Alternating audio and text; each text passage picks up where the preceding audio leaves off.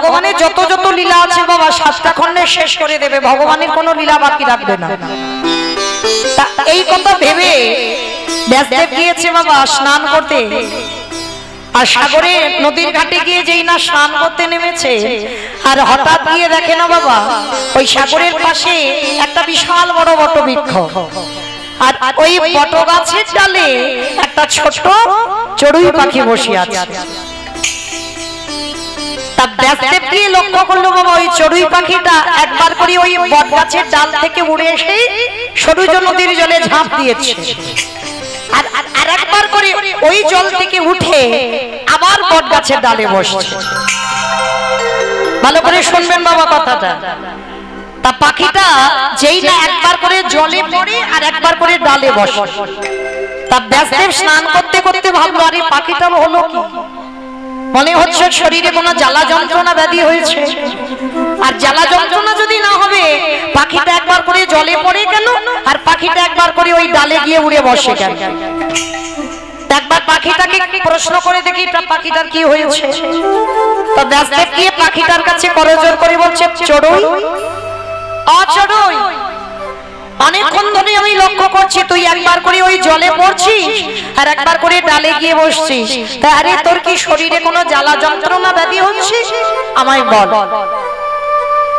তা পাখিটা একটু মুচকি হেসে বলছে, ব্যাসদেব আমার শরীরে কোনো জ্বালা যন্ত্রণা ব্যাধি হয়নি, তাহলে তুই একবার করে জলে পড়ছিস আর একবার করে ডালে বসছিস কেন? বলে আমি সিদ্ধান্ত নিয়েছি আজকে এই যে আমার ছোট চঞ্চু দেখছো মায়েরা, চঞ্চু মানে কি গো? চঞ্চু মানে ঠোঁট। পাখিটা বলছে আমার এই যে ছোট চঞ্চুটা দেখছো, এই চঞ্চুতে করে আমি জলটাকে তুলে ওই বট গাছের পাতাতে রেখে সরুজ নদীর জলটাকে আমি একেবারে শুকনো করে দেব। আর যেই না বলেছে শুকনো করে দেব, তো ব্যাসদেব বাবা অট্টহাসি করে খিলখিল করে হেসে উঠেছে। আরে বোকা পাখি, আমাইরা চড়ুই পাখি দেখেছে একেবারে ছোট পাখি, তাই তো? ওই দেখবেন ওই ঘরের দেওয়ালে টেওয়ালে উড়ে উড়ে বেড়ায় ছোট ছোট চড়ুই পাখি। তার চড়ুই পাখিটার কথা শুনে ব্যাসদেব হেসে বলে উঠলো, আরে পাগল, তোর তো চেহারা ওইটুকু আর তোর ওই ঠোঁটটা এতটুকু একটা ঠোঁট। আবার লক্ষ্য করে দেখ জলটা তুলে মা বট গাছের পাতায় জলটা রাখছে, আর পাতা দিয়ে গড়িয়ে আবার নদীর জলে পড়ে যাচ্ছে। তা ব্যাসদেব খিলখিল করে হেসে উঠেছে, সব শুধু আজকের কেন, তুই যদি এইভাবে কোটি কোটি জন্ম ধরে এই নদীর জল তোলার চেষ্টা করিস, কোনোদিন তুই নদীর জলটাকে শুকাতে পারবি না।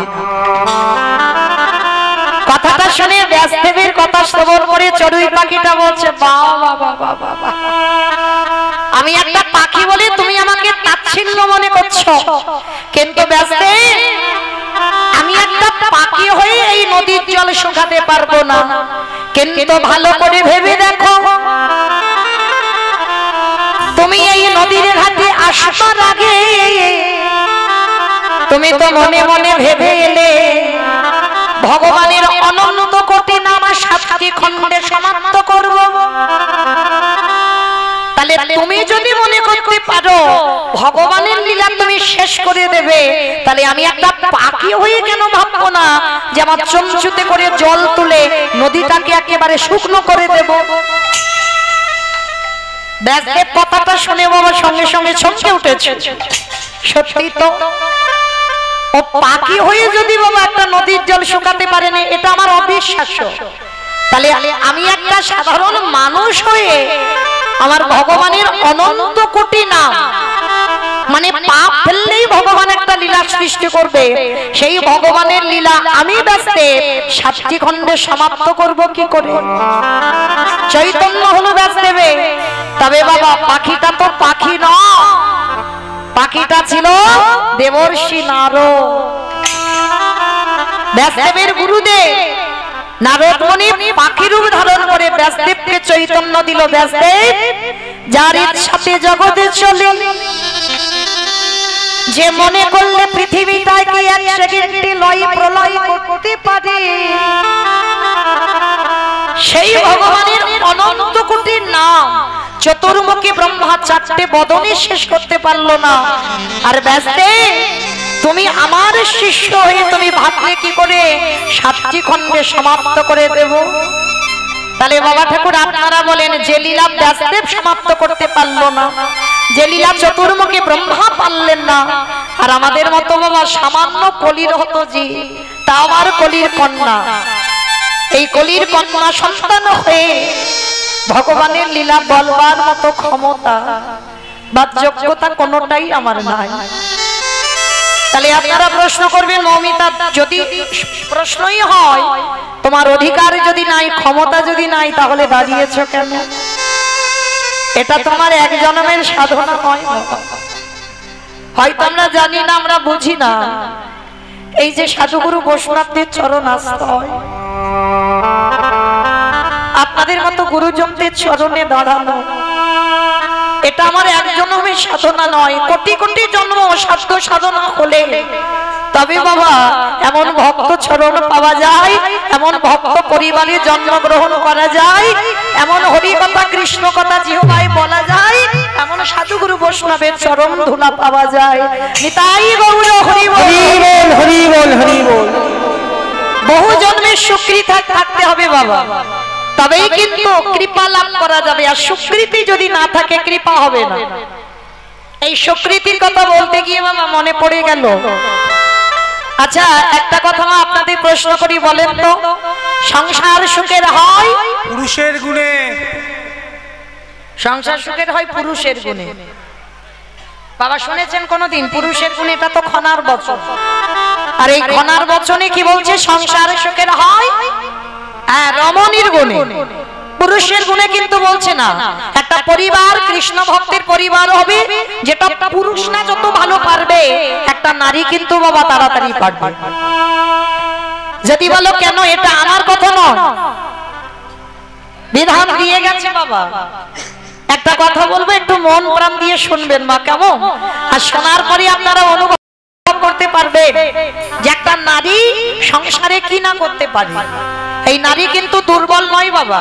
যদি কেউ মনে করি নারী দুর্বল, না, নারী সবল, নারী জগৎ জননী, শক্তির অংশভূতা। এরা যদি মনে করে বাবা কাউকে নরক দেখাতে পারে, এরা যদি মনে করে কোনো পুরুষকে ভগবানের চরণে পাঠাতে পারে। অসুরদের অত্যাচারে দেবতারা স্বর্গ ছাড়ি, নারী দশভুজা দুর্গা যদি 10 হাতে না সামলাতো, তাহলে বাবা অসুররা দেবতারা যেত কোথায়?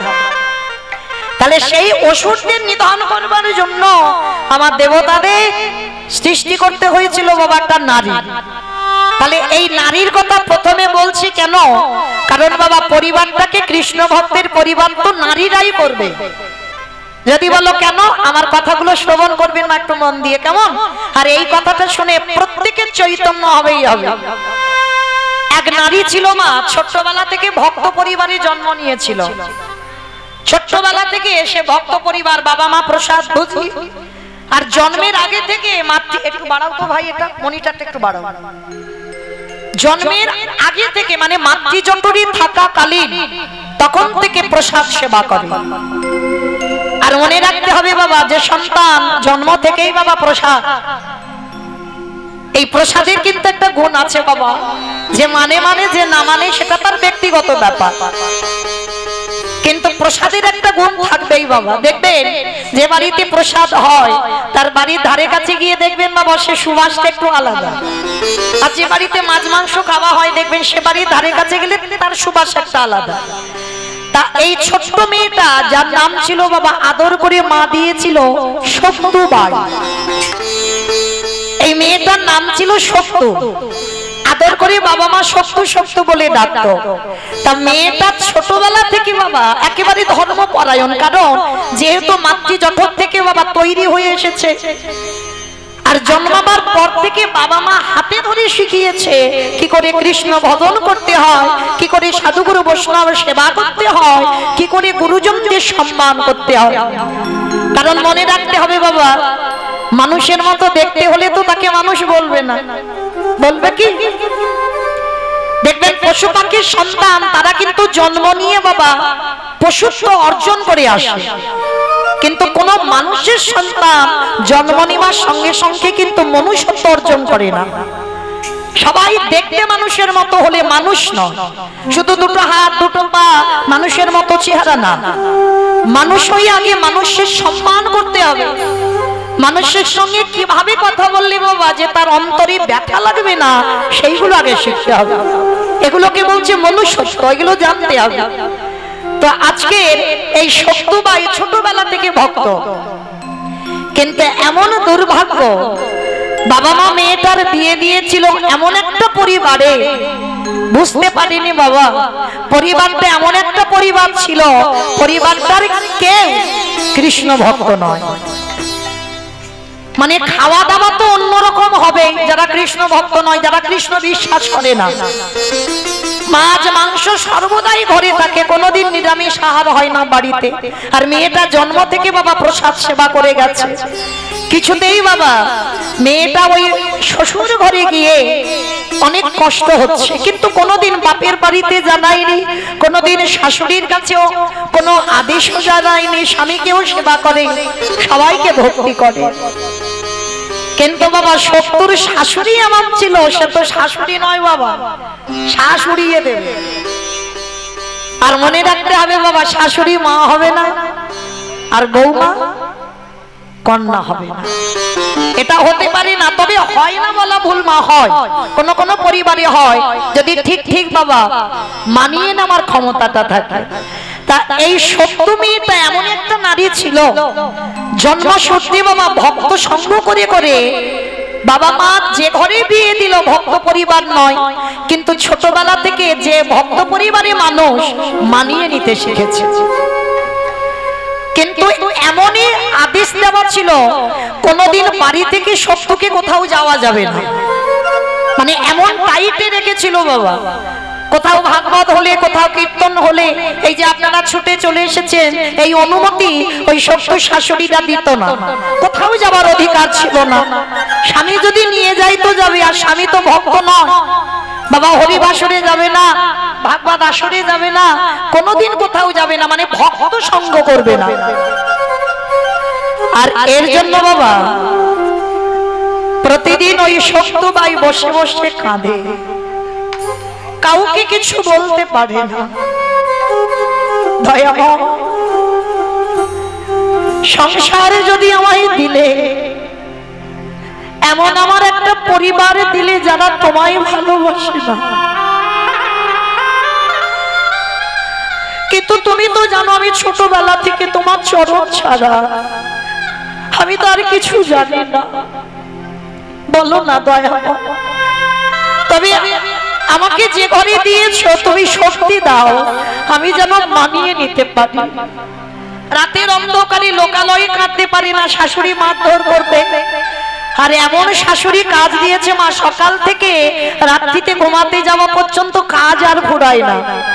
বাসন মাজা, জামা কাপড় ধোয়া, রান্না করা, ঘর মোছা, সমস্ত কাজ ওই সত্য মাকে করতে হয়।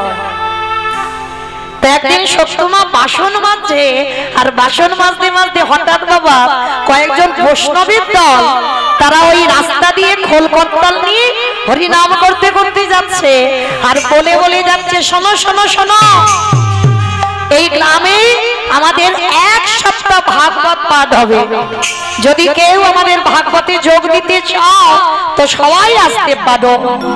তো বলতে বলতে বৈষ্ণবরা যাচ্ছে, আর সত্যমা তাড়াতাড়ি করে বাসনটা রেখে, বাইরে তো বেরোনোর অধিকার নেই, তাড়াতাড়ি করে বাসনটা রেখে জানালা দিয়ে দেখছে বাবা সাধুগুরু বৈষ্ণব যাচ্ছে। আর ছোটবেলা থেকে তো সত্য বাবা বৈষ্ণব সঙ্গ করেছে, জানালা দিয়ে দেখে কাঁদছে আর বলছে, গিরিধর এমন ঘরে তুমি আমায় পাঠালে, কতদিন হয়ে গেল আমি সাধুগুরু বৈষ্ণব চরণ দর্শন করিনি, কতদিন হয়ে গেল আমি ভক্ত সঙ্গ করিনি, কতদিন হয়ে গেল আমি ভাগবত কীর্তন কোনোটাই আমি শুনতে পাই না। বসে বসে কাঁদছে, তা সত্য মনে মনে ভাবছে আজকে আমার শাশুড়ি মাকে বলবো যেহেতু গ্রামে ভাগবত হচ্ছে, মাকে বলবো মা একটু সন্ধ্যাবেলায় ভাগবত হচ্ছে, আমি একটু যাব, দেখি যদি অনুমতি দেয় তাহলে আমি যাব।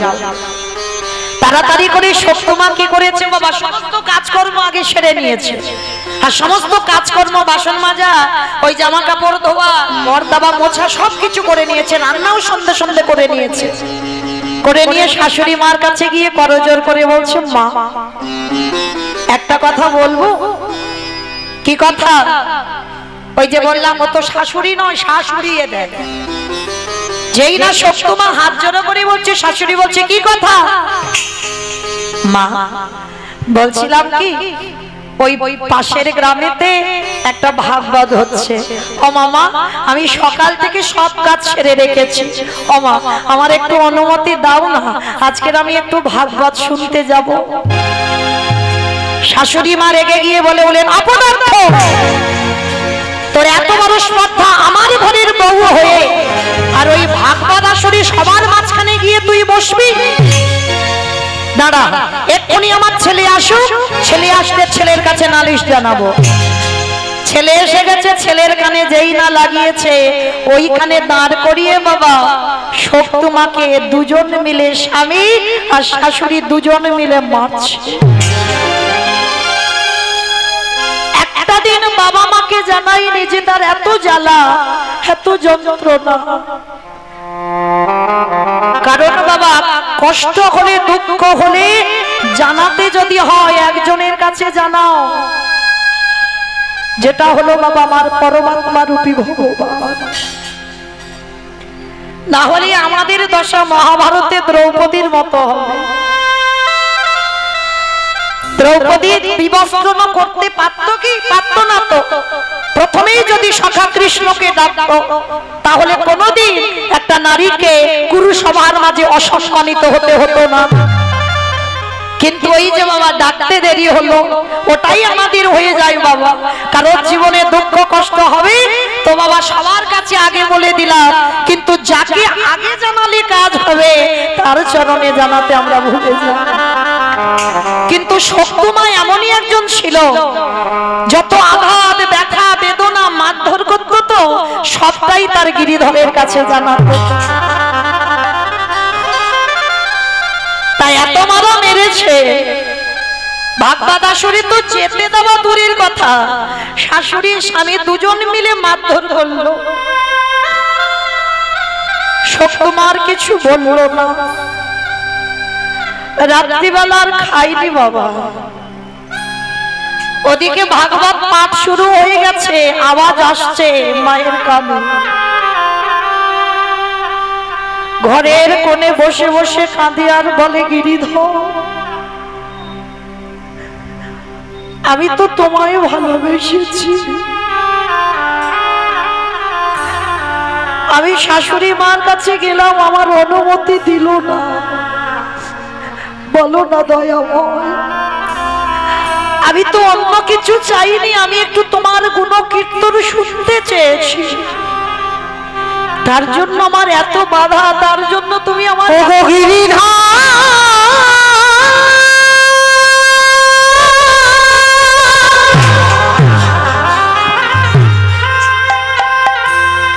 যে জন্য তোমায় ভালো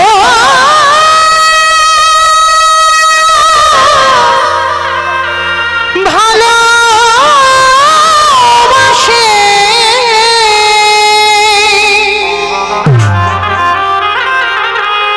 তবে কি এমনি করে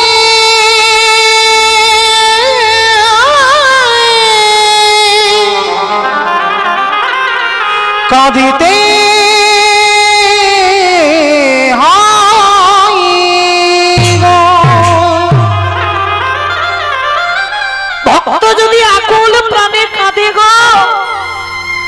আমার ভগবান কি থাকতে পারে?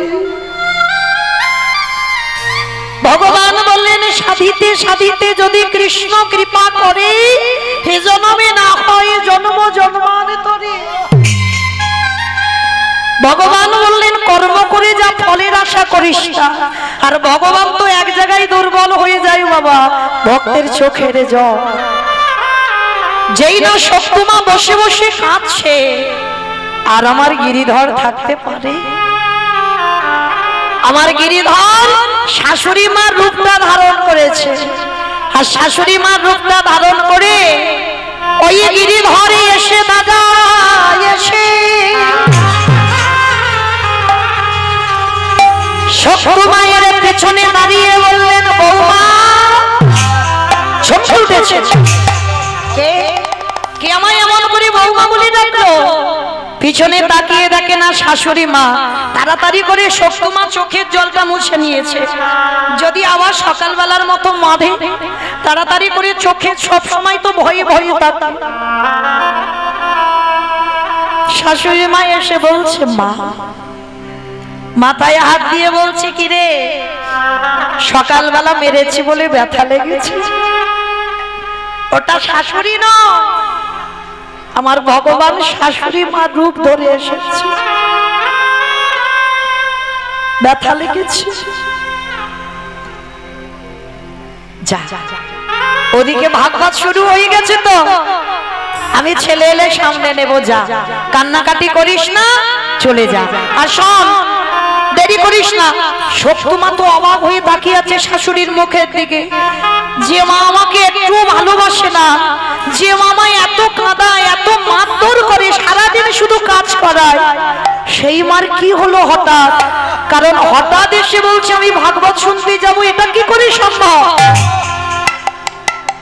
শাশুড়ি মা বলছে, চাইবে কখন থেকে বলছি তুই শুনতে পাচ্ছিস না, তাড়াতাড়ি যা। আরে হ্যাঁ শোন শোন, আর আসবার সময় যখন ভাগবত সেরে আসবি আমার জন্য একটু প্রসাদী আনবি।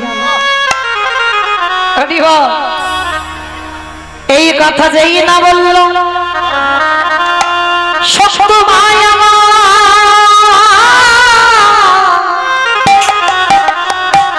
আরে কি তোমারে থাকিতে পারে? আর আসলে শাশুড়ি শ্বশুর স্বামী ঘরে ঘুমাচ্ছে দরজা বন্ধ করে দিয়ে। হরি বল। আরে ভগবানে যেই না শাশুড়ি হয়ে অনুমতি দিল, শক্তি মা দরজা খুলে সন্ধ্যাবেলায় ছুটে ছুটে ভাগবত আসরে গিয়ে ওই ভাগবত আসরে বসে সাধু সঙ্গ ভক্ত সঙ্গ ভাগবত পাঠ শ্রবণ করে সারা রাত ভাগবত শ্রবণ করে ওই ভক্তদের সঙ্গে নেচে গিয়ে ঘরে কেমন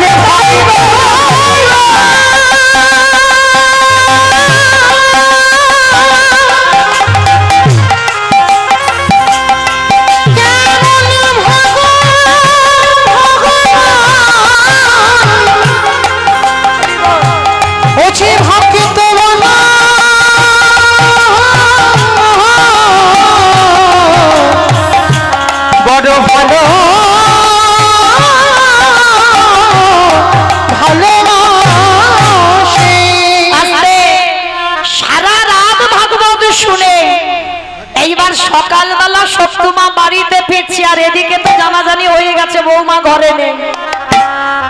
শাশুড়ি মা দরজা তারে বেতের একটা বাড়ি নিয়ে দাঁড়িয়ে আছে, যে ওকে সন্ধ্যাবেলায় মারলাম, আমার ছেলে আমি দুজনে মিলে বকলাম, তবুও এমন হ্যাকাতে ও না শ্রবণ করে চলে গেল। বলে ব্যবস্থা ওর করব। স্বামী দাঁড়িয়ে আছে দরজায়, শাশুড়ি মা দাঁড়িয়ে আছে, আর তাড়াতাড়ি করে শক্তি মা সকাল হয়ে গেছে তো আবার সকালবেলা সংসারের তো কত কাজ, বাসন মাজতে হবে, ঘর বাড়ি মুছতে হবে, ঘর দাবা ঝাঁটা দিতে হবে, জামা কাপড় কাচতে হবে, রান্না করতে হবে, কত কাজ। রাতের বেলা যে খাওয়া এঁঠো বাসন গুলো পড়ে আছে। শাশুড়ি মা রেগে তো একেবারে লাল হয়ে গেছে, বলে ও বাড়িতে এলে ওর ব্যবস্থা আমি করব।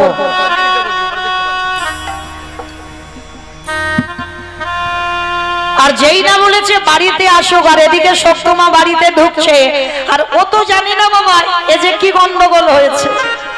ও তো সোজা সরল মেয়ে গো, আর প্রসাদীটা এনে শাশুড়ি মা তো বসে আছে চেয়ারে, তা মা কি করেছে তাড়াতাড়ি শক্তি মা এসে বলছে, মা ও মা আজ সারা রাত আমি খুব নেচেছি, খুব গেয়েছি, জানো কত ভক্তদের সঙ্গে আনন্দ করলাম, ভাগবত পাঠ শুনলাম।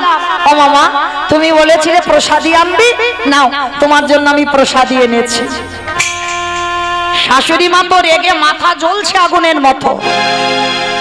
তোর কে অনুমতি দিয়েছে?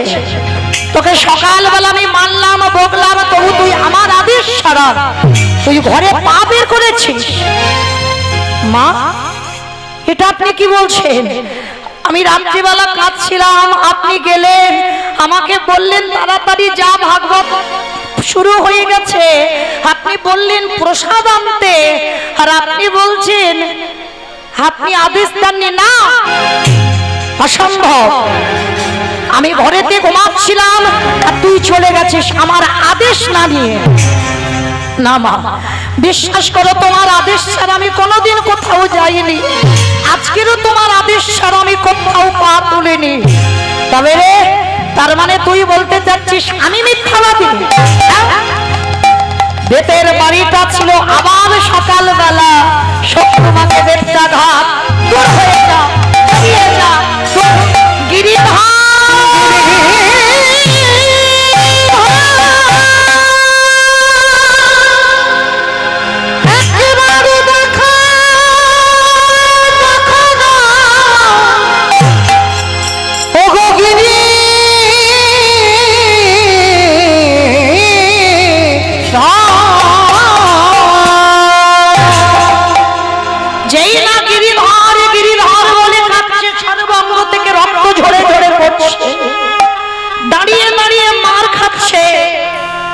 আর শুধু নয়ন জলে কেঁদে বলছে গিরিধার তুমি না বললে কি হবে? রাত্রিবেলা তার মানে তুমি আমার শাশুড়ি সেজে এসেছিলে, যাতে সকালবেলায় আমি আবার মার খাই। গিরিধার তুমি যখন এত কষ্ট দিতে চাইছো সহ্য করব। শাশুড়ি মা কান চুলের মুষ্টিটা ধরে বলল, এখন বাসন পড়ে আছে, এখনো বাসি ঘর দাবা পড়ে আছে, কখন করবি কাজগুলো বল। হরি বল। সারা রাত ভাগবত শুনে এসেছে তোমার, কষ্ট হবে তো ভক্তে। আমার ভগবান জানেন না। মনে করো মা, ভক্ত যত কষ্ট পায় তার থেকে হাজার গুণে বেশি আমার ভগবান কষ্ট পায়। আমরা মনে মনে করি বাবা আমরা শুধু কষ্ট পাই না, ভগবান একটা মশার মধ্যেও অবস্থান করে। তাহলে আমরা মনুষ্য কুলে জন্ম নিয়েছি, প্রত্যেকের মধ্যে ভগবান বিরাজমান। তাহলে আমরা যত কষ্ট পাবো আমার পরমাত্মা রূপী ভগবান ঠিক ততটাই কষ্ট পাবে। ওই সত্যময়ের প্রত্যেকটা আঘাত আমার ভগবান অঙ্গে নিয়েছে। আর ভক্ত রাত জেগে এসেছে না, কাজ করতে কষ্ট হবে তো আমারে ভগবান ভোর ভোর ওই এঠো বাসনগুলো নিজের হাতে ধৌত করে দিল। যত জামা কাপড় ছিল ভগবানে কেচে দিল, ঘর দাবা পরিষ্কার করে বিছানা পরিষ্কার করল,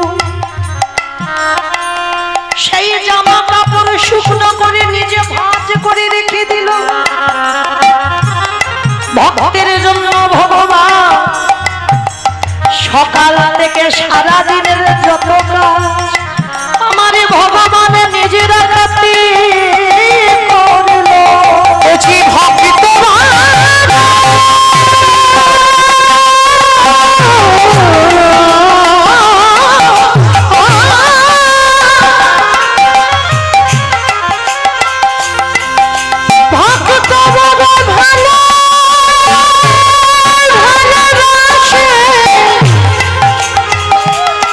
ভক্ত যুগে যুগে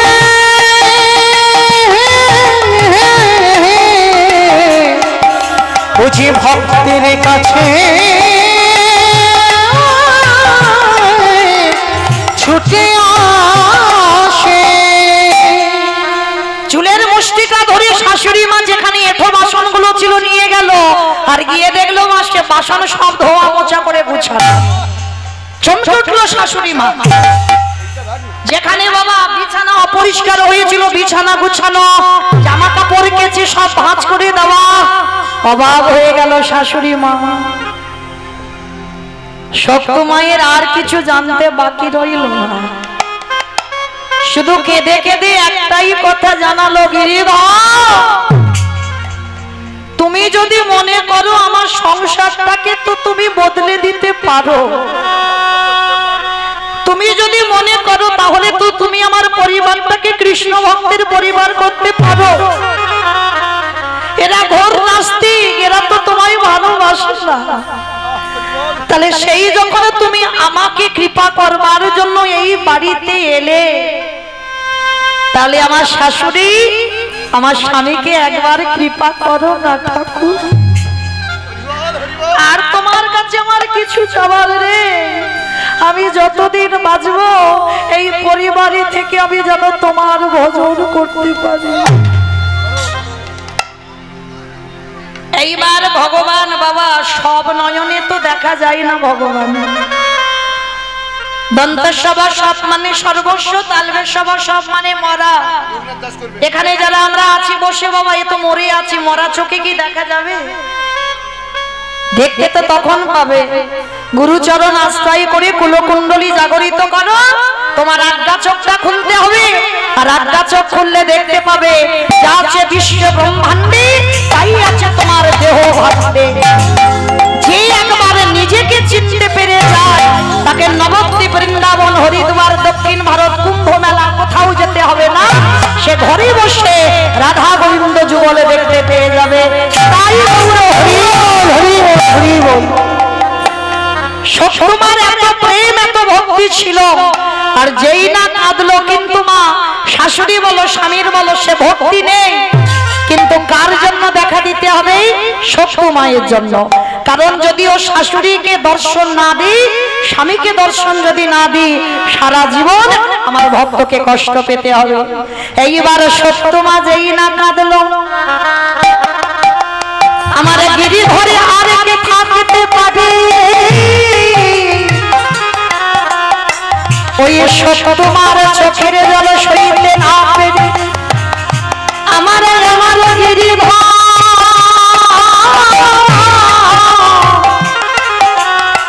ওই হাতে মুরলি লইলেন, মাথা করে মাথা হাতে কালো শশী, মাথায় আছে মোহন চূড়া, হাতে আছে মোহন বাসি, কোমরে ধুতি বাঁধা, গলায় আছে বৈজয়ন্তী ফুলের মালা। এইবারে ভগবান আমার ওই নব কৈশোর নটবা ওই ভঙ্গিমা করে দাদা যে জনে টাকা দেওয়া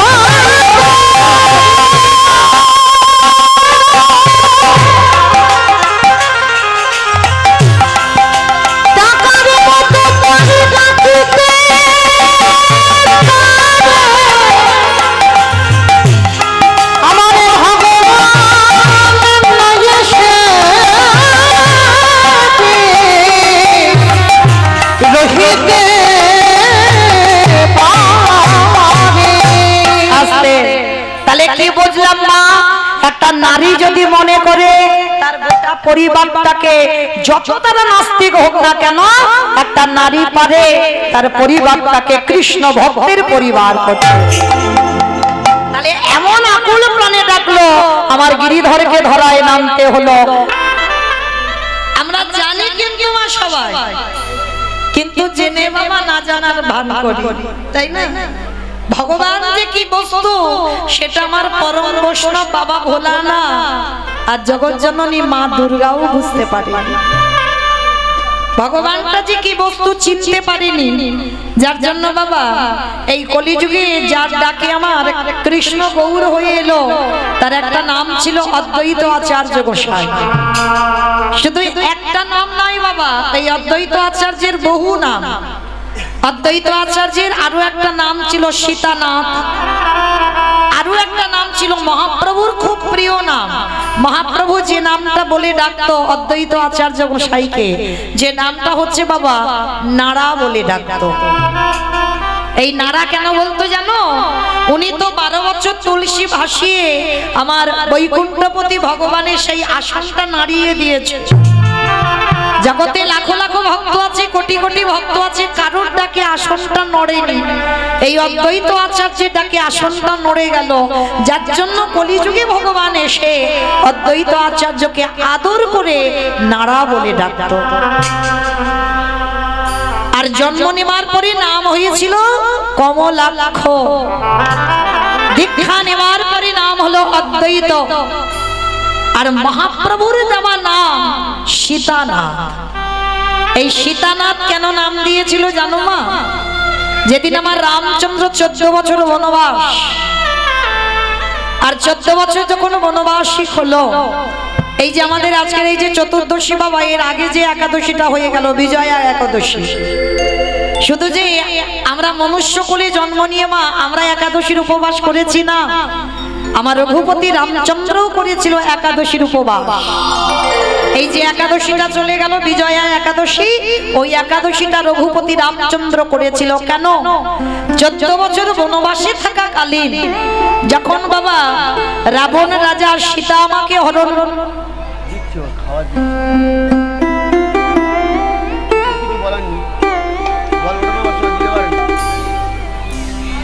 এখন দিতে হচ্ছে,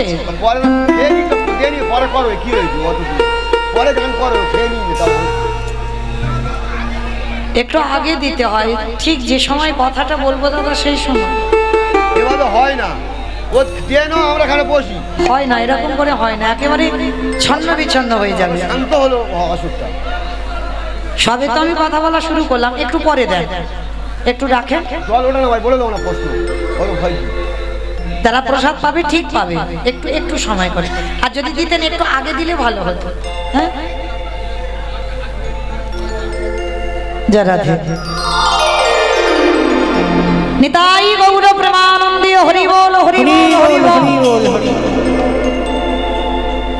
তাহলে এই যে বাবা রঘুপতি রামচন্দ্র একাদশী বিজয়া একাদশী করেছিল কেন না? 14 বছর বনবাসে থাকাকালীন রাবণ যখন সীতামাকে চুরি করে নিয়ে গেল, তাহলে এই যে সাগরের সেতু বন্ধন করে যে আমার রঘুপতি রামচন্দ্র যাবে সীতামাকে আনতে, যে রাবণের কাছে গিয়ে যে রামচন্দ্র জয়লাভ করবে, ভগবান হয়ে বাবা নিজে ভয় পাচ্ছে যে সীতামাকে চুরি করে নিজে নিয়ে গেল রাবণ, আমি ফেরাতে পারবো তো?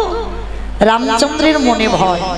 তখনই বাবা রামচন্দ্রকে আদেশ দেওয়া হয়েছিল সীতামাকে আনতে তখনই পারবে, ওই রাবণের সঙ্গে যুদ্ধ করে জয়ী তখনই হতে পারবে যদি রামচন্দ্র এই বিজয়া একাদশীর উপবাস করতে পারে।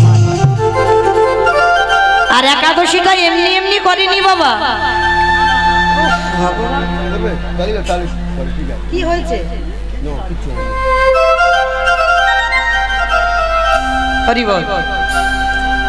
এই একাদশীর উপবাসটা কিভাবে করেছিল দেখো রঘুপতি রামচন্দ্র। এই রামচন্দ্র বাবা একাদশীর আগের দিন একটা মাটির ঘর, স্বর্ণ নয়, রূপ নয়, তামা নয়, স্টিল নয়, মাটির ঘর একটা আম্রপত্র দিয়ে প্রতিষ্ঠিত করেছিল। আর তার উপরে একটা স্বর্ণ নারায়ণের মূর্তি প্রতিষ্ঠা করেছিল। আর ওই নারায়ণের মূর্তি প্রতিষ্ঠা করে সারা রাত জাগরণ করে রঘুপতি রামচন্দ্র করেছিল বাবা একাদশীর উপবাস।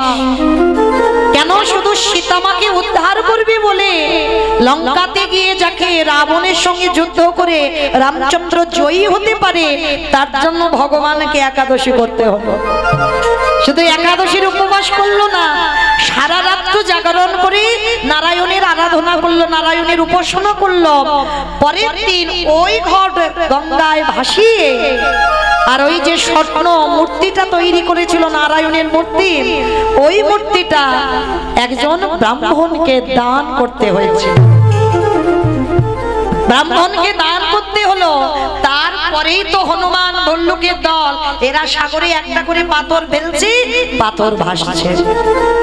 শুধু এরা যে কষ্ট করেছে তা নয়, আরো পশু পাখিরা কষ্ট করেছিল বাবা। দেখবেন একজনের পিঠে একটু হাত বিলানোর চিহ্ন আছে, দেখবেন কে জানো? কাঠবিড়ালি। এই কাঠবিড়ালিও আমার সীতামাকে উদ্ধার করবার জন্য অনেক পরিশ্রম করেছিল। একটা ক্ষুদ্র প্রাণ, মানে কাঠবিড়ালি আমরা যারা দেখেছি কতটুকু প্রাণ বলে, তো যখন দেখছে রামচন্দ্র সীতা হারিয়ে খাচ্ছে, তখন বসে বসে কাঠবিড়ালি ভাবলো যে আমাদের ক্ষুদ্র প্রাণ, আমরা কি সীতামাকে উদ্ধারের জন্য কোনো কর্ম করতে পারবো না? তখনই ওই কাঠবিড়ালি কি করছে জানো, একবার করে ওই সাগরে গিয়ে ঝাঁপ দিচ্ছে, আর গায়ে তো পশমগুলো লেগে আছে জল, আর ছুটে এসে ওই বালির উপরে গড়াগড়ি যাচ্ছে। আর বালির উপরে গড়াগড়ি গিয়ে এইবার যেখানে হনুমান আর বল্লুক একটা করে পাথর ফেলছে, সেইখানে কাঠবিড়ালি গিয়ে একবার করে গায়ে থেকে বালিগুলো ঝেড়ে ঝেড়ে দিচ্ছে। তাতে কি হলো, এই যে পাথরগুলো এই যে এক জায়গায় জয়েন করা হলো, ওর মাঝখানে বালিগুলো ঢুকে এরাও বাবা ভগবানের সেবার কাজে লাগলো। ভালো করে অনুভব করে দেখেন বাবা, আমরা মনুষ্য করে জন্ম নিলাম, আমাদের দুটো হাত দিয়েছে ভজন করবার জন্য, ভগবানের কর্ম করবার জন্য, আমাদের দুটো চরণ দিয়েছে যাতে ভগবানের তীর্থে যেতে পারি, কিন্তু আমরা পেয়েও বাবা হেলায় হারিয়ে দিচ্ছি, ভগবানের কর্ম করতে পারছি না। আর এদের ক্ষুদ্র প্রাণ, এরা ভগবানের জন্য পাগল কর্ম করবার জন্য। আর সেই রামচন্দ্র যখন সীতা হারিয়ে কেঁদেছিল বাবা, তা হঠাৎ আমার শিব আর দুর্গা আকাশপথে উড়ে উড়ে যাচ্ছে। যেতে যেতে জগৎজননী মা দুর্গা আমার বাবা ভোলানাথকে ডেকেছিল, প্রাণনাথ, প্রাণনাথ, এদিকে এসো। তুমি ডাকছো প্রাণনাথ, ভালো করে দেখো কে যেন এই জঙ্গলে কান্নার আওয়াজ, কে যেন বসে বসে কাঁদছে না। পরম বৈষ্ণব বাবা ভোলানাথ হেসে বলছে, পার্বতী, ওটা অন্য কেউ নয়, তুমি যার আরাধনা করো, আমি যার আরাধনা করি, রঘুপতি রামচন্দ্রের ক্রন্দন ধ্বনি। প্রভু কাঁদছে কেন তাহলে? বলে কাঁদছে এই কারণে, রাবণ সীতামাকে চুরি করে নিয়ে গেছে, পাচ্ছে না, তাই স্ত্রীর বিহনে আজকে রঘুপতি রামচন্দ্র হাহাকার করে বেড়াচ্ছে। কারণ বাবা রামচন্দ্র তো তিনি মর্যাদা পুরুষোত্তম, এ তো আর কৃষ্ণ অবতারে নয় যে ভগবানের 16,108টা স্ত্রী ছিল, 8 জন পাট রানী। রামচন্দ্র কিন্তু এটা করতে পারবে না। রামচন্দ্র ওই একটাই ঘরণী ছিল আমার সীতামা। সীতামাকে যখন চুরি করে নিয়ে গেল বাবা, যখন যজ্ঞ করেছিল, পাশে তো সহধর্মিনী রাখতে হয় তবে যজ্ঞ পূর্ণ হয়, কিন্তু রাম যদি মনে করতো দ্বিতীয়বার বিয়ে করতে পারত, কারণ তিনি তো রাজা, তিনি তো ভগবান, কিন্তু তার এমনই মর্যাদা ছিল সীতামাকে ছাড়া দ্বিতীয়বার বিবাহ করতে পারত, যার জন্য স্বর্ণ সীতা বানিয়ে বাবা যজ্ঞে বসেছিল, কিন্তু দ্বিতীয়বার বিয়ে করেনি আমার রামচন্দ্র। তাহলে কতটা ভালোবাসতো আমার সীতামাকে, তা সীতামাকে নিয়ে গেছে, পাগলের মতো রামচন্দ্র কাঁদছে। আর এই সুযোগে জগৎজননী মা দুর্গা মনে মনে ভাবছে, প্রভু আমার বহুদিনের মনের আশা, আমি একটিবার তোমাকে পুত্র স্নেহে আমি আমার হৃদয়ে ধরতে চাই, একবার তোমাকে হৃদয়ে ধরে আমার মাতৃত্বটা যেন জুড়িয়ে যায়, আমার বহুদিনের আশা। তা বাবা ভোলানাথকে বলছে, মা পার্বতী, প্রাণনাথ, এই মুহূর্তে আমি একটা ছলনা করব। কি ছলনা? বলে আমি একটা মায়া সীতা তৈরি হব, মানে জগৎজননী মহামায়া সীতার রূপ ধারণ করবে, আর সীতার রূপ ধারণ করে আমার রামচন্দ্রের সামনে গিয়ে দাঁড়াবে। পরম বৈষ্ণব বাবা ভোলানাথ বলছে, পার্বতী তোমার কি মাথা খারাপ? তুমি জানো না ও কি আর আমরা কি? আর তুমি কার সঙ্গে চালাকি করতে যাচ্ছ? মানুষ মানুষকে ঠকায়, মানুষ মানুষের সঙ্গে চালাকি করে, কিন্তু ভগবানের সঙ্গে চালাকি নয়। আচ্ছা বাবা, এই যে আপনারা আমরা তো ভগবানের আরাধনা করি, কিন্তু ভগবান কার আরাধনা করে পারবেন বলতে? সে আবার যেমন তেমন ভক্ত নয় বাবা, আমাদের মতো ভক্ত হলে হবে নাকি? আমাদের মানে আপনাদের কাউকে বলছি না, আমি আমার সম্প্রদায়। সে ভক্তটা কে জানো? আজকে যার পুজো উপলক্ষে কত মায়েরা বাবার মাথায় জল দিচ্ছ। আমরা করি কৃষ্ণ উপাসনা, আর কৃষ্ণ করে পরম বৈষ্ণব বাবা ভোলানাথের উপাসনা। তাই একটা কথা মনে রাখতে হবে বাবা, এই যে আজকের অনেক মায়েরা ব্রত পালন করেছেন। আচ্ছা মা, একটা কথা বলো তো, কেন ব্রত পালন করেছেন আজকে? কিসের জন্য? স্বামীর অমঙ্গলের জন্য। স্বামীর অমঙ্গলের জন্য নাকি? স্বামীর মঙ্গলের জন্য। আচ্ছা, এদিকে আমার কোন দাদা ভাই কি ব্রত করেছেন? একবার হাতটা তোলেন দেখি। যেমন আমাদের উপবাস কালকে, আমাদের বৈষ্ণব মতে আমাদের কালকে করবেন। আচ্ছা, কতজন করবেন একবার হাতটা তোলেন তো দেখি। বেশ, তাহলে এইবার একটু আমি বলি। তাহলে আমার মায়েরা অনেকে বলে বাবা, দেখবেন অল্প বয়সের মেয়েরা ব্রত পালন করে কেন? বলি আমরা যারা এসটি মানুষ তারা করি স্বামীর মঙ্গলের জন্য, আর যাদের বিয়ে থা হয়নি তারা কিসের জন্য করছে? ভালো স্বামী পাবে ওই জন্য।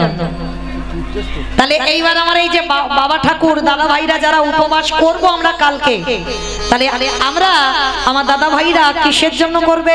বউয়ের মঙ্গলের জন্য। বউয়ের মঙ্গলের জন্য। হরি বল। সব ভুল কথা। স্বামীর মঙ্গল তো করেছিল বাবা সেই দক্ষ রাজার 27টা মেয়ে, চাঁদের 27টা স্ত্রী। সেই যে দেবগুরু বৃহস্পতি অভিশাপ দিয়েছিল চাঁদের ক্ষয় রোগ হবে, আর যখনই ক্ষয় রোগ হয়েছে বাবা একেবারে মাংসগুলো গলে পচে নষ্ট হয়ে যাচ্ছে, এক পালা বাকি ছিল। আর যখনই বাবা ওই ভাইয়ের কাছে গিয়েছিল, আপনার আমরা কি বলি বাবা, এই বোনেদের স্বামীদের কি বলা হয়? ভাইরা ভাই বলে তো, আমাদের ওদিকে ভাইরা ভাই বলা হয়। তাহলে চাঁদ আর বাবা ভোলানাথের সম্পর্কিত ভাইরা ভাই হয়। তো যেই না চাঁদের এক পালা বাকি আছে, গিয়ে দাঁড়িয়েছে শিব ঠাকুরের কাছে, আর শিব ঠাকুর দেখা মাত্র চমকে উঠেছে। এ কি চাঁদ, তোমার কি অবস্থা, কি পরিণতি করেছে? বলে কেন? দেবগুরু বৃহস্পতি অভিশাপ দিয়েছে 15 দিনের মধ্যে আমার এই শরীরটা গলে পচে নষ্ট হয়ে যাবে। বলে তাহলে এখন করণীয় কি? বলে একটা কাজ করো, তোমার শরীরে যখন এত জ্বালা, শরীরে যখন এত যন্ত্রণা, তুমি একটা কাজ করো, আমার মাথাটা তো খুব ঠান্ডা, এইবার এক কলা চাঁদকে নিয়ে বাবা আমার জটার ভিতরে রেখে দিল। যার জন্য দেখবেন শিব ঠাকুরের মাথায় একটা চাঁদ তাই আছে তো, আর যার জন্য বাবার একটা নাম হলো চন্দ্রশেখর। আরো বলা হচ্ছে বাবার নাম শশী শেখর, পরম বৈষ্ণব বাবা ভোলানাথের নাম। তার যখন চাঁদকে এক কলা মাথায় রাখলো, এইবার 27টা মেয়ে তো স্বামীকে খুঁজে পাচ্ছে না, কাঁদতে কাঁদতে জামাই বাবুর কাছে এসে দাঁড়িয়েছে, চরণ দুটো ধরে ভোলানাথের কাছে, জামাই বাবু আমাদের স্বামীকে খুঁজে পাচ্ছি না, তুমি দেখেছো কোন রাস্তায় গেছে? সে তো 15 দিন কবে হয়ে গেছে, স্বামী বোধহয় আর বেঁচে নেই। আর জামাই বাবুর সঙ্গে কথা বলতে গিয়ে হঠাৎ দেখে না বাবা এক কলা চাঁদ শিবের জটার উপরে। 27টা মেয়ে দেখা মাত্র চমকে উঠেছে। জামাই বাবু তুমি আমাদের এত ভালোবাসো, আমাদের স্বামীকে তুমি মাথায় রেখেছো, দাও এবার নামিয়ে দাও। পরম বৈষ্ণব বাবা ভোলানাথ বলছে, দেখো শালি, তুমি যদি আমার এই প্রাণটা নিতে চাও আমি এক্ষুনি দিয়ে দেব, তোমরা যদি 27 জন আমার কৈলাসটাকে চাও আমি এক্ষুনি দিয়ে দেব, কিন্তু চাঁদ তো আমি দিতে পারবো না, কারণ চাঁদ যদি আমি মাথা থেকে নামাই তোমাদের চাঁদের হরিবল হয়ে যাবে, কারণ বাঁচবে না, আমার মাথায় আছে বলে বেঁচে আছে। জামাই বাবু তাহলে কি হবে তুমি বলে দাও। বৈকুণ্ঠপতি নারায়ণ এসে বলল, দাঁড়াও দাঁড়াও দাঁড়াও, কান্নাকাটি বাঁধিয়ে দিও না, তোমাদের স্বামীকে 15 দিনের মধ্যে আবার একটু একটু করে ফিরিয়ে দেব। কি করতে হবে? তোমরা এই 27টা মেয়ে চলে যাও প্রভাস তীর্থে, দ্বিতীয় দিন যাবে, তৃতীয় দিন জলটা তুলবে, আর চতুর্থদশী যেটা আজকে তিথি, এই চতুর্দশীর দিন এসে তোমরা সবাই 27 জন মিলে জামাই বাবুর মাথায় ঢেলে দাও।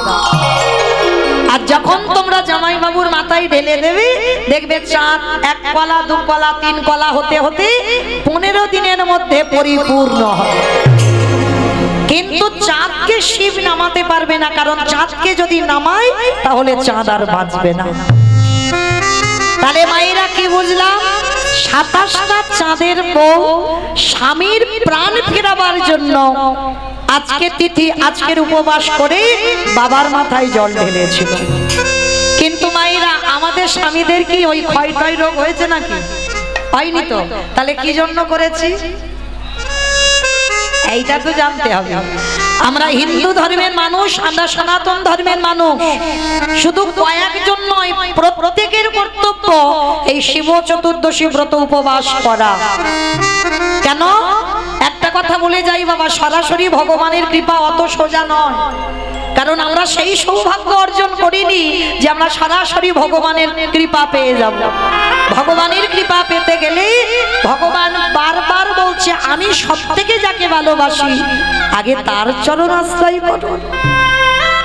এই যে আমার বাবা ঠাকুররা বললেন, ভগবান যার চরণ আশ্রয় করে আছে তিনি তো ভক্ত। আর পৃথিবীর মাটিতে, ত্রিলোকের মাটিতে সবথেকে বড় বৈষ্ণব যদি হয় একজন, তিনি হলেন বাবা ভোলানাথ। আর যদি বাবা, তার নাম তো আশুতোষ, একটা বেলপাতার বাতাসা, একটু দুধ গঙ্গা জল মাথায় ঢেলে দাও, দিলেই বাবা তিনি সন্তুষ্ট হয়ে যাবে। আর একবারে যদি বৈষ্ণবের কৃপা কেউ পেয়ে যায় তার অচিরে কৃষ্ণ কৃপা হবে হবে হবে। নিতাই গৌর হরি বল হরি বল। তো বাবা, যারা আজকে শৈব তারা তো করেছেন, তো আমাদের বৈষ্ণব মতে কালকে যারা করবেন তাদের চরণে আমার মতো অধম কীর্তনিয়া কোটি কোটি ধন্যবাদ প্রণাম।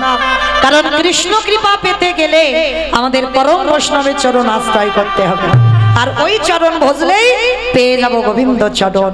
তাহলে মায়েরা, সোজা কথা একটা বলে দিলাম, শিব চতুর্দশী ব্রত পালন করার একটাই কারণ, কৃষ্ণ প্রেম ভক্তি লাভ করার জন্য। জড় জগতে কোনো স্বামী নয়, কোনো স্ত্রীর মঙ্গল নয়, একটাই জন্য শিব চতুর্দশী ব্রত করব, যাতে আমাদের কৃষ্ণ প্রেম ভক্তি লাভ। আর যারা ব্রত করেছেন ওই একটাই জিনিস চাইবেন বাবার কাছে, যে প্রভু আমি যেন কৃপা করে কৃষ্ণ চরণ আশ্রয় করতে পারি। তাহলে সেই বাবা ভোলানাথ পার্বতীকে বলছে, পার্বতী তোমার কি মাথা খারাপ? তুমি এটা কি করছো? তুমি সীতার ধরে যাবে ভগবানের সামনে, আর ভগবান চিনতে পারবে না? জগৎ জননী মা দুর্গা বলছে, অসম্ভব। আমি যদি একবার গিয়ে দাঁড়াই আমার রামচন্দ্র চিনতে পারবে না, আর আমি প্রভু মনে করি একবার রামচন্দ্রকে হৃদয় ধরব, আর তাতে কি হবে? আমার মাতৃত্বটা, আশাটা পূর্ণ হয়ে যাবে। কোন কুবাসনা কুকামনা নিয়ে নয় বাবা। বাবা ভোলানাথ বারণ করছে, কিন্তু মা জগৎ জননী শুনছে না। এইবার সীতা রূপ ধারণ করে, এইবার যেই না রামচন্দ্রের কাছে গিয়ে দাঁড়িয়েছে, রামচন্দ্র তো ক্রন্দন করছে সীতা মার জন্য, আর যেই না ওই মা সীতা রূপ ধরেছে, পিছন থেকে রামচন্দ্র গিয়ে ডাক দিল, মা। ভগবানের সঙ্গে চালাকি হয়, যেই না মা বলে ডেকেছে সঙ্গে সঙ্গে ছমকে উঠেছে মা। কে ডাকলো? তা মা তবু ছলনাময়ী ছলনা করছে, তাহলে আমি মা হব কেন? আমি তো সীতা, আমি তোমার সামনে এসেছি। ভগবান কেঁদে উঠল, মা আজকে তোমার কাছেও আমি হাসির পাত্র। তুমি ভুলে গেছো আমি কে আর তুমি কে। তুমি ভাবলে কি করে আমি তোমাকে চিনতে পারবো না? তুমি আমার মা, আমি তোমাকে মা বলে ডেকেছি, তুমি আমার সীতা মা নও।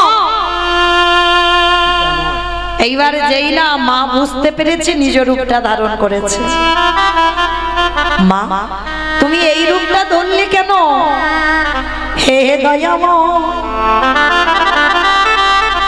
আমার বহুদিনের আশা একবার পুত্র রূপে তোমার হৃদয়ে ধরো। এই জন্য আজকের আমি সীতারূপ ধরে এলাম, যদি একবার তোমাকে হৃদয়ে ধরতে পারতাম আমার মাতৃত্বটা জুড়িয়ে যেত। তখনই আমার রামচন্দ্র বলেছিল, মা আমি কথা দিলাম তোমার পুত্র রূপে আমি যাব। এই দেখে নয় এ যুগে আগত কলি যুগে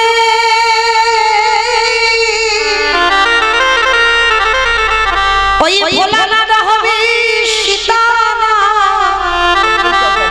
আর মা সেই দিন তোমার নাম হবে সীতা। কলিযুগে ওই অদ্বৈত আচার্যের ঘরণী হবে, তোমার নাম হবে সীতা। আর ওই সীতা নাম অনুসারে পরম বৈষ্ণব ভোলানাথের কলিযুগে নাম হবে সীতা নাম। আমি এই আশীর্বাদ আমি করে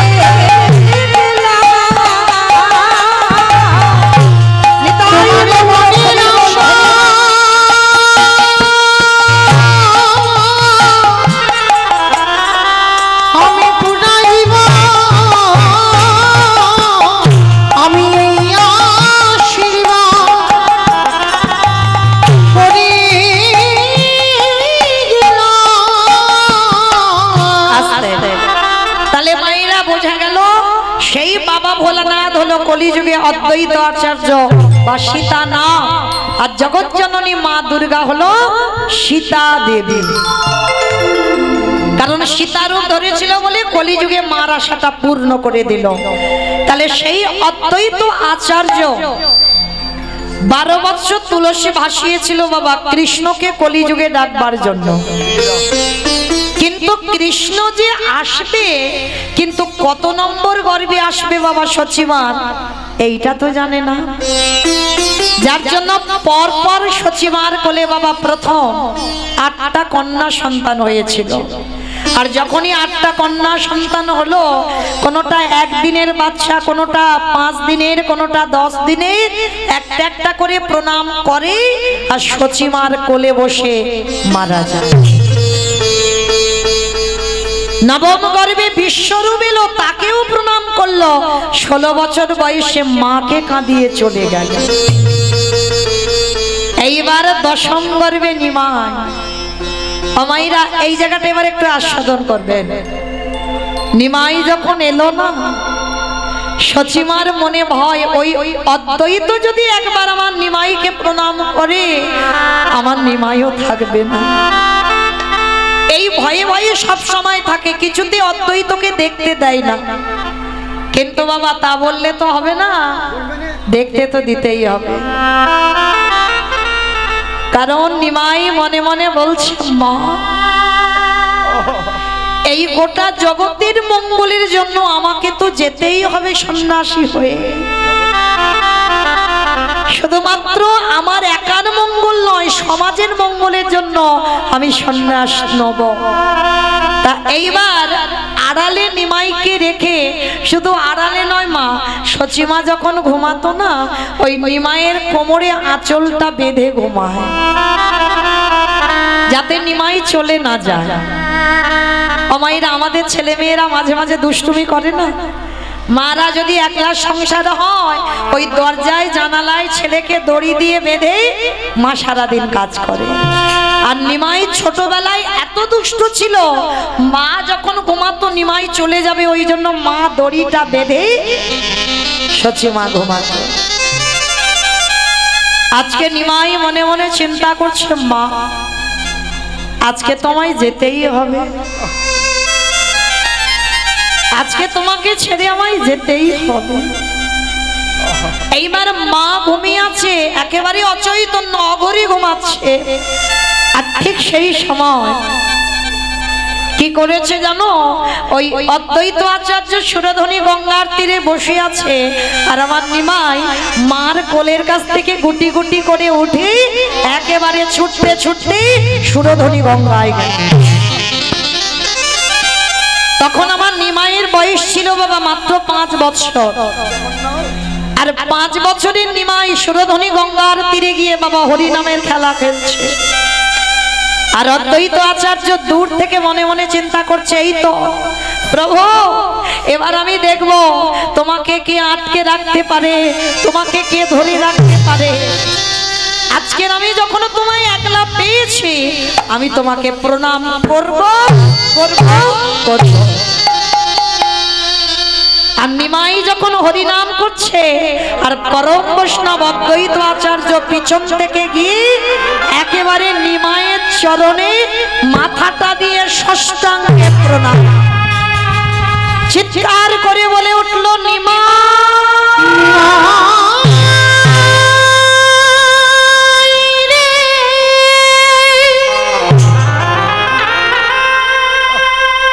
রে, তুই নাকি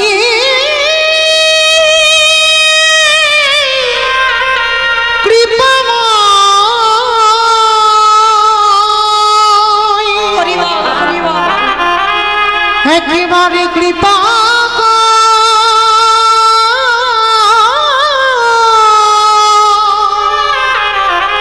ওরে নিমাই রে। যেই না পরম বৈষ্ণবের মাথাটা নিমাইয়ের পায়ে, অদ্বৈত আচার্যের বয়স তখন 57 বছর, আর নিমাইয়ের বয়স 5 বছর। 5 বছরের নিমাইয়ের পায়ে যেই না অদ্বৈত বৈষ্ণবের মাথা, নিমাই কি করেছে জানো? ওই ছোট্ট ছেলে নিমাই একেবারে পাটা তুলে অদ্বৈত আচার্যের মাথার উপরে,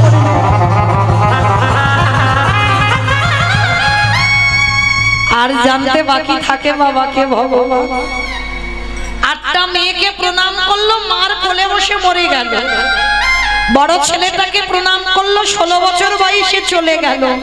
আর ছোট ছেলেটাকে প্রণাম করতে ওইটুকু বাচ্চা পাটা তুলে আমার মাথার উপরে তুলে দিল। তাহলে এ তো অন্য কেউ নয়, কারণ আমি এমন একজন ব্যক্তি, ছোটবেলায় এই অদ্বৈত আচার্য নবদ্বীপে বাবা এক জগৎজননী মায়ের মন্দির ছিল, আর মায়ের হাত ধরে ছোটবেলায় কমলাক্ষ গিয়েছিল নবদ্বীপে। আর নবদ্বীপে যখন গেল না, নাভাদেবী বারবার বলছে, কমলাক্ষ একবার মাকে প্রণাম কর, মানে কালী মন্দির। কমলাক্ষকে বলছে একবার মাকে প্রণাম কর। কমলাক্ষ বলছে, ও মা, আমি প্রণাম করতে পারবো না, কারণ আমি যদি প্রণাম করি তাহলে এক্ষুনি মূর্তিটা ত্রিখণ্ডিত হয়ে যাবে। এইটুকু বয়সে তুই মনে করিস তুই খুব বড় ভক্ত হয়ে গেছিস? তুই মূর্তিকে প্রণাম করলে মূর্তি ভেঙে যাবে। হ্যাঁ মা, আমি সত্যি কিন্তু বলছি, আমি যদি প্রণাম করি মূর্তি থাকবে না, এক্ষুনি ভেঙে যাবে। আমাকে এরা কি কেউ জানে যে কাকে গর্ভে ধরেছে? যদি জানতো তাহলে কি এই কথা বলতে পারতো? জানে না বলেই তো আজকের এই কথাটা বলবো। নাভাদেবী বলছে, কমলাক্ষকে প্রণাম কর তুই। জোর করছে ছেলেকে, ছেলে বলছে ঠিক আছে, তবে মূর্তি যদি ভেঙে যায় তুমি কিন্তু আমায় বকবে না মা। বললাম তো বকবো না, প্রণাম কর। আর যেই না বাবা কমলাক্ষ সবে মাত্র এখনো দেয়নি মাথাটা, সবে মাথাটা নিয়ে আমার ওই কালী মূর্তি ছিল, সবে মূর্তির চরণে প্রণাম করতে যাবে, একেবারে মূর্তিটা মাঝখান থেকে দ্বিখণ্ডিত হয়ে। বাবা পারে কোনোদিন প্রণাম দিতে? কারণ ইনি তো পরম বৈষ্ণব বাবা ভোলা না। তাহলে কি করে পারবে তার পরম স্বামী প্রাণনাথের প্রণামটা নিতে? তাহলে কতটা শক্তি ছিল এই অদ্বৈত আচার্যের।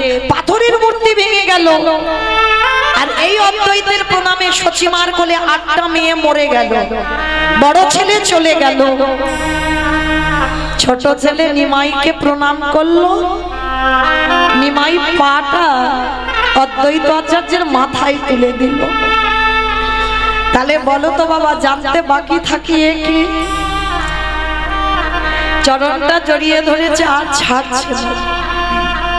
চোখের জল দিয়ে নিমায়ের চরণ দুটো ভাসাচ্ছে। নিমাই রে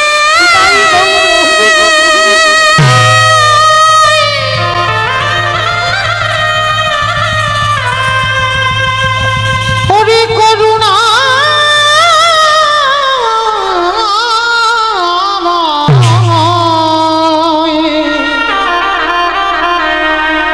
আমায় একেবার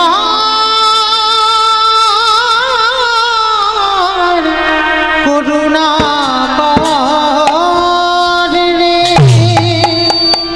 যেই না চরণটা ধরে কাঁপছে নিমাই বুঝতে দিচ্ছে না।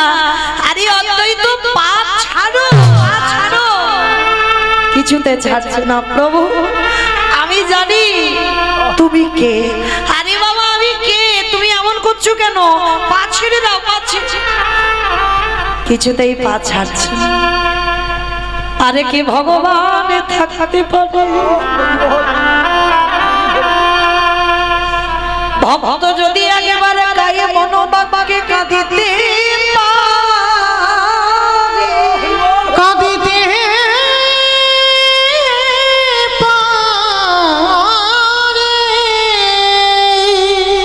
অদ্বৈতকে বুকে ধরে বললেন, অদ্বৈত 57 বছরের বুড়ো আর 5 বছরের নিমা।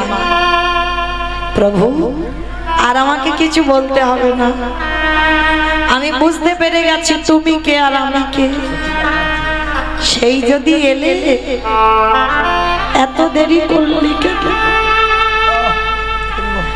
12টা বছর তুলসী চন্দন অগুরু দিয়ে তুলসী পত্র ভাসালাম। সেই যদি এলে তো এত দেরি করলি কেন? নিমাই হেসে বলছে, অদ্বৈত দেরি আমি করি না। ভক্তের ডাক যেদিন সঠিক হয়ে যাবে সেদিন আমাকে কেউ ধরে রাখতে পারবে না। আমি তো সবারে দরজারে ধারে দাঁড়াগে দাঁড়াইয়ে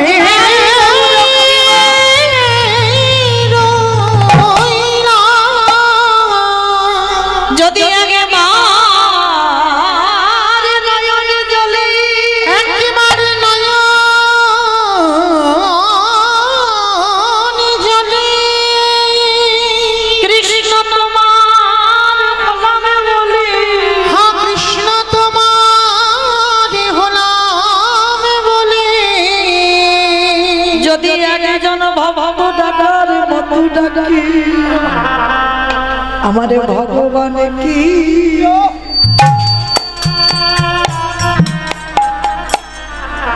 বল রহিতে হে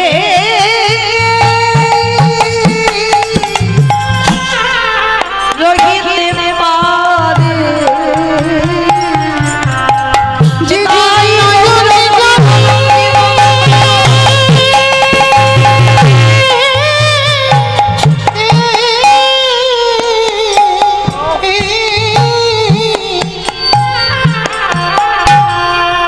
যে জনে নয়ন জানে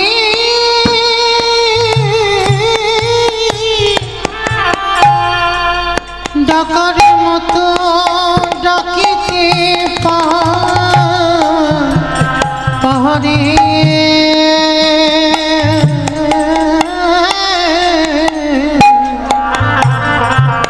আমারে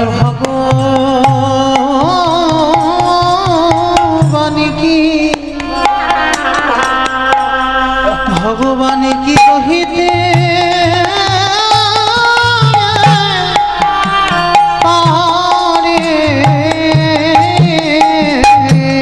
আমারে ভগবান বললেন, ভক্ত আমি মন্দিরে থাকি না, আমি কোনোদিন তীর্থে থাকি না, আমি তীর্থে থাকি না, আমি থাকি ভক্তের হৃদয়ে মাঝে।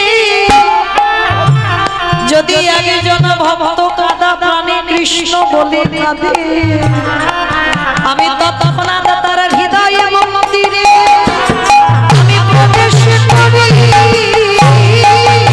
যে যদি নয়ন জানে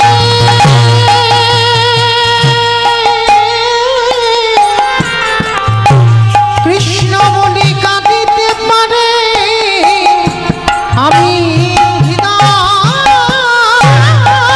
ঘরে তৎক্ষণাৎ প্রবেশ করি।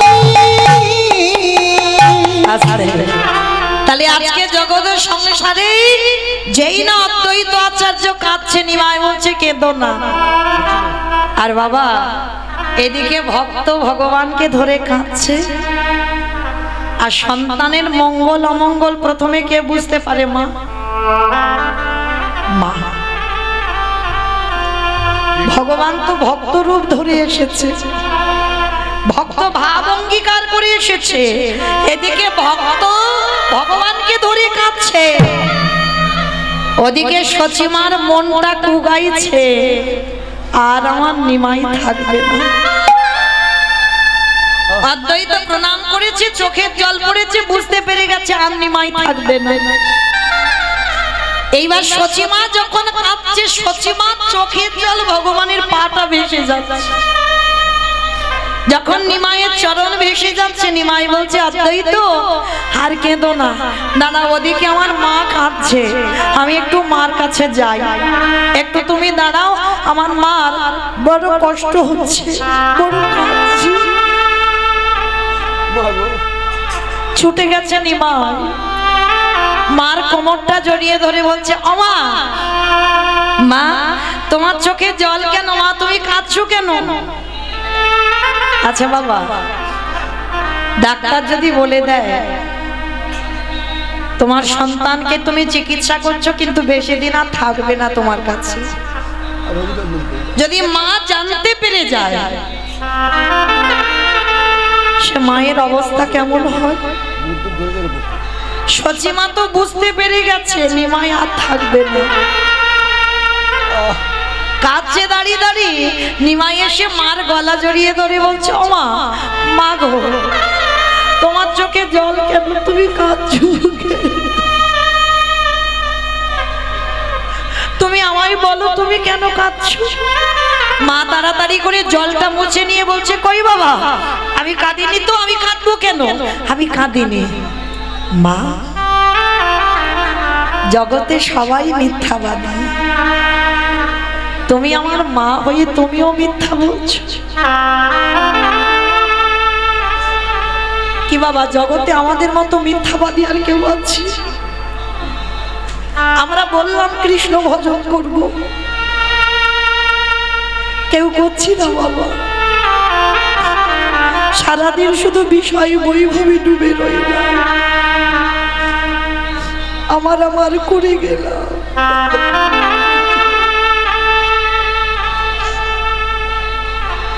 এই বিষয়ে বৈভব না বললে ভগবান যে নেবে না গো। আজকে যেই না মা খাচ্ছে, মাকে বলছে মা জগতে সবাই মিথ্যাবাদী, তুমিও মিথ্যা বলছো। বলে কেন রে নিমাই, আমি কি এমন মিথ্যা বলেছে? বলে মা আমি জানি তুমি কেন কাঁদছো। এইবার মা ঘুরিয়ে ধরেছে, নিমাই তুই যখন গোটা জগতের খবর রাখিস তাহলে তুই তোর মায়ের কান্নার খবরটাও তো রেখেছিস, তাহলে বলতো নিমাই আমি কেন কাঁদছি?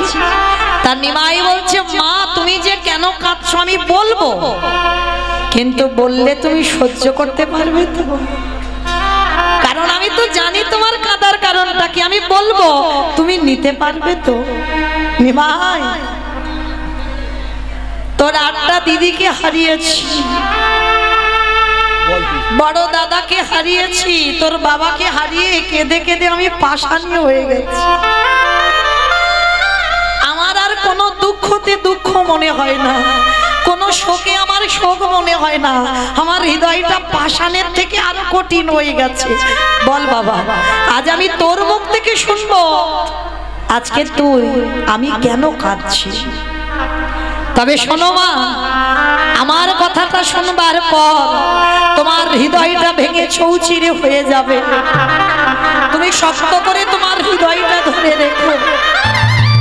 তুমি কাঁদছো এই কারণে, তুমি জানতে পেরে গেছো যেদিন তোমার নিমাইয়ের 24 বছর বয়স হবে, সেদিন তোমার নিমাই সারা নদিয়াবাসীকে কাঁদিয়ে, তোমাকে কাঁদিয়ে চিরজনমের মতো হয়ে যাবে সর্বত্যাগী সন্ন্যাসী। নিতাই গৌর হরি বল হরি বল। যেই না বলল সর্বত্যাগী সন্ন্যাসী, সঙ্গে সঙ্গে নিমাই বলল, তবে মা আমি কথা দিলাম, তুমি না বললে তো আমি যাব না। তুমি যেদিন বলবে নিমাই তুই চলে যাবি, সেদিন চলে যাব। তার আগে জগতে আমার কেউ কোথাও পাঠাতে পারবে না। আর তবে মা আমি যাব বটে, আমার যাওয়ার পর আমি 3টে জায়গায় সর্বদাই থাকব। কোথায় জানো? ওই রাঘবের আলয়ে, ওই নিত্যানন্দ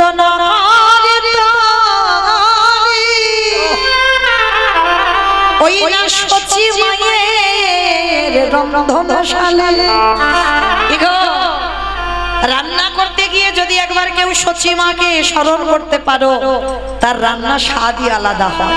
কেন? নিমাই 3টে জায়গায় সন্ন্যাসের পরেও বর্তমান আছে। কোথায়? রাঘবের আলয়ে, নিত্যানন্দ নর্তনে, সচি মায়ের রন্ধনে।